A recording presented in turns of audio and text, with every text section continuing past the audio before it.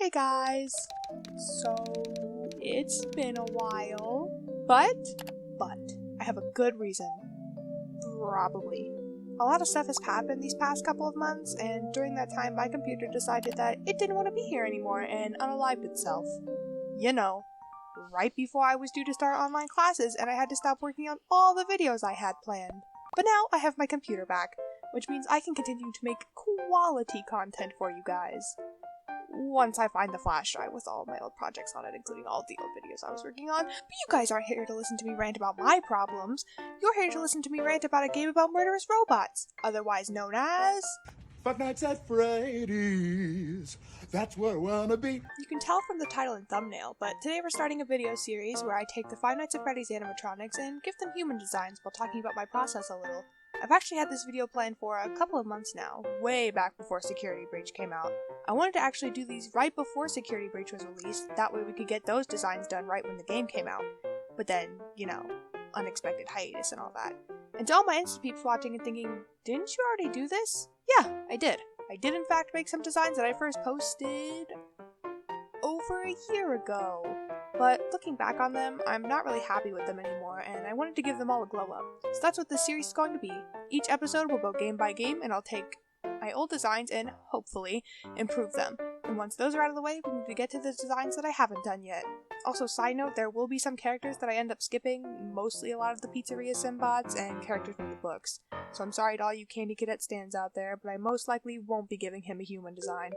Other side note, I try not to look too much at other people's human designs while making these, mainly just using them as inspiration, because I didn't want to subconsciously make any of my designs similar to anyone else's. So before you say, oh, that looks like this person's design, or they look like this character, any similarities are just pure coincidence unless I say otherwise, alright? Good. But I'm watching you. Now, before we start, I just want to say that with these designs, I'm going to try and be as diverse as possible, in both body types and ethnicities I interpret the characters as, but I'm also going to incorporate the actual color palette of the animatronic as well. So essentially, don't expect every Freddy or every Bonnie to be the same ethnicity, and if you don't agree with my interpretation of a character, that's completely fine. But let's all try and be nice about this, and not get upset that I didn't interpret a character a certain way. These are just my takes on them. So, Freddy. Since the older characters don't have as much personality as characters from later games, a lot of these are going to be personal takes and headcanons.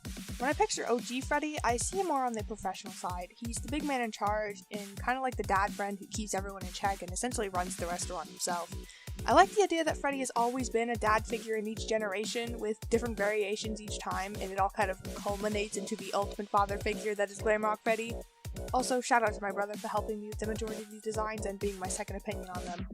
Looking back on my old design, there were some things I felt needed changing.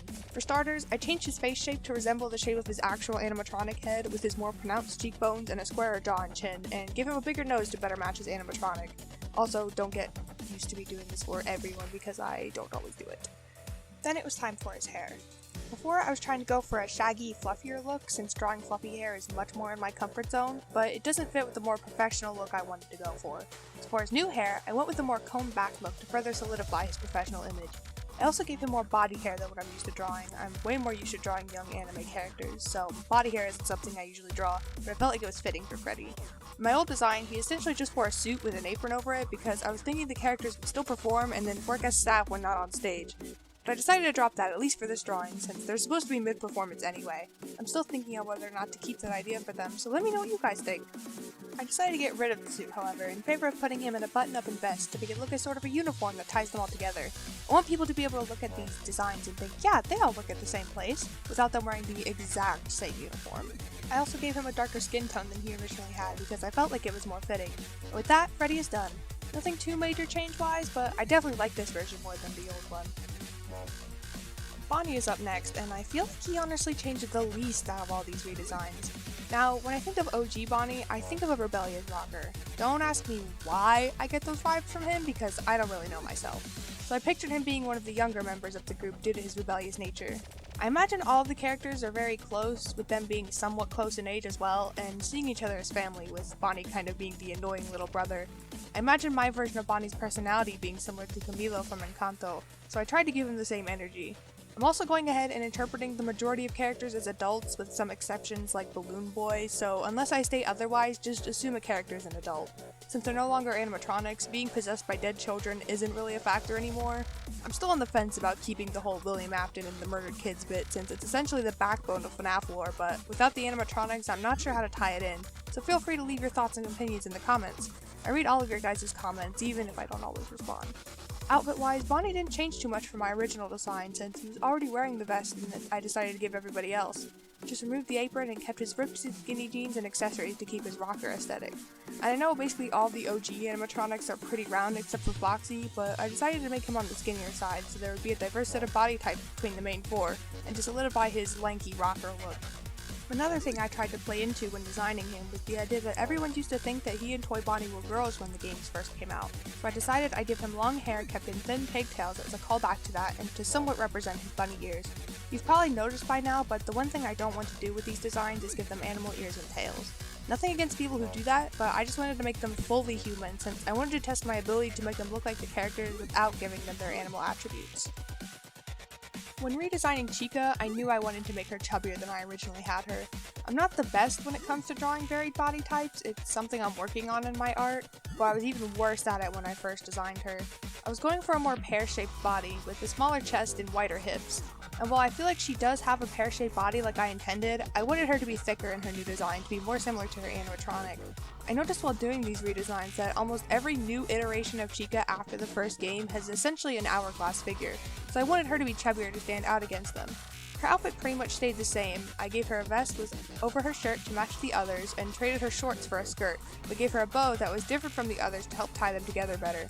I also replaced her boots with those knee-high Converse to represent her orange legs and gave her orange lipstick to resemble her beak. I changed up her hair a little bit and swapped the mini ponytail for some anime industry standard ahoges and added a little in the back because I thought it looked like little wings that someone alluded to her chicken origins, and not gonna lie, I felt pretty big brain for that. And as I was changing colors around, I decided to shift her skin tone a bit to give her a slightly warmer color palette, and even though I removed the other aprons, I decided to keep hers and use that to put her let's eat on something other than a bib. And personality-wise, I see Chica as being the mom friend. Very sweet and caring, and makes sure everyone eats properly, of course. I imagine she loves cooking and also helps Freddy run the restaurant since he tends to overwork himself. Also, I already know I'll probably get at least one "you know she's Latina, right?" comment, and listen, I understand. Chica is a Spanish word, but I don't think Scott's intention with her name was anything more than it sounds like the word chicken. I don't think there's anything wrong with interpreting her that way or not. These characters are literally animatronic, so people are free to interpret them however they want as long as it's not offensive. Whether you interpret Chica as a Latina, Hispanic, or any other way, it's valid. Either way, I decided my version of Chica would be biracial. She's half Latina, half black. I'm not going to go into detail about every character's ethnicity, but I figured I'd at least share Chica so you guys don't freak out. Also, don't expect every Chica to be Latina, since like I said, I want to be diverse in these designs, so having every single Chica be Latina isn't what you'd call diversity. Now it's time for my main man, Foxy. When I was first thinking of changes I wanted to make for him, I was a little stumped. I liked my first design, but I knew it needed to be updated. So I started by changing his prosthetic leg. When I first drew it, it was just straight up his animatronic leg, which doesn't make any sense. So I did some research and changed it to a more accurate depiction. Then I shortened his pants and boots while also changing his pants to be pirate pants, so it's a little more clear that he has an artificial leg. I also like to imagine that when he's performing, he switches it to a peg leg to be even more in character, so I decided for this drawing he should be wearing it like he's mid-performance. And as fun as I think it would be, I don't think my version of Foxy would have an actual hook for a hand, and more likely it's just a prop he uses for shows.